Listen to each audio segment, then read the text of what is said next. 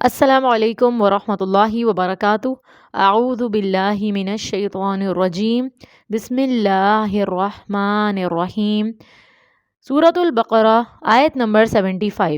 لفظی ترجمہ: افتطمعون، کیا پھر تم طمع رکھتے ہو، ان کہ یؤمنوا، وہ ایمان لائیں گے، لکم تمہارے لیے، وقت حالانکہ تحقیق، کانا ہے، فریقن ایک گروہ کے لوگ، منہم ان میں سے، یسمعون وہ سنتے ہیں، کلام اللہ اللہ کا، ثم پھر، یحرفونہ وہ تحریف کر ڈالتے ہیں اس میں، من بعد اس کے، ما جو، عقلوہ انہوں نے سمجھ لیا اسے، وہم جبکہ وہ، یعلمون وہ علم رکھتے ہیں۔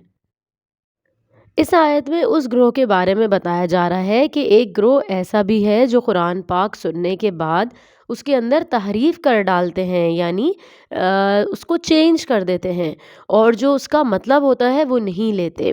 یعنی وہ لوگ بھی اس میں شامل ہیں جو دنیا کے فائدے کی خاطر غلط فتوے جاری کرتے ہیں۔ فتویٰ آپ کو پتہ ہے کہ جب ہم کسی سے کوئی پرابلم پوچھتے ہیں اور وہ شریعت کے مطابق ہمیں اس کا جواب دیں کہ یہ الاؤ ہے یا نہیں ہے اس دور میں۔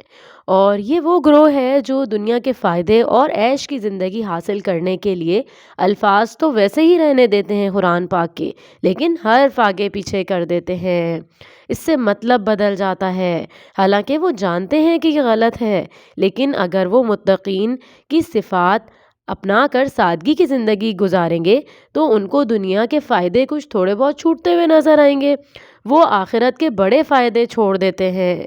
جیسے انما کا مطلب ہے بے شک، اگر ہم اسے الگ الگ لکھیں، انا اور میم الف زبر ما کو الگ لکھیں تو اس کا مطلب ہے بے شک نہیں، تو ذرا سے رد و بدل سے معنی بالکل بدل جاتے ہیں۔ تو ہمیں اس طرح سے نہیں کرنا کہ لوگ سمجھیں کہ ہم قرآن سے بات بتا رہے ہیں اور اس کے مطلب بدلنے کے لیے ہم نے اس میں چینجز کر دیے ہوں۔ اللہ سبحانہ و تعالی ہم سب کو اس گناہ سے محفوظ رکھے، اور اس گناہ سے ہم ایسے ہی بچ سکتے ہیں جب ہم قرآن کو بہترین طریقے سے سمجھیں گے، عربک لینگویج کو بھی سمجھیں گے، اور قرآن کو جس طرح سے اللہ سبحانہ و تعالیٰ نے نازل کیا ہے اسی الفاظ میں اسی طرح سے سمجھنے کی کوشش کریں گے۔ اللہ سبحانہ و تعالیٰ ہم سب کی خاص حفاظت فرمائے، اور ہر آنے والے شر کو ہماری طرف جو ہے وہ اللہ تعالیٰ خیر میں بدل دے، اور ہمیں ہر شر سے محفوظ فرما لے۔ آمین یا رب العالمین۔ السلام علیکم ورحمۃ اللہ وبرکاتہ۔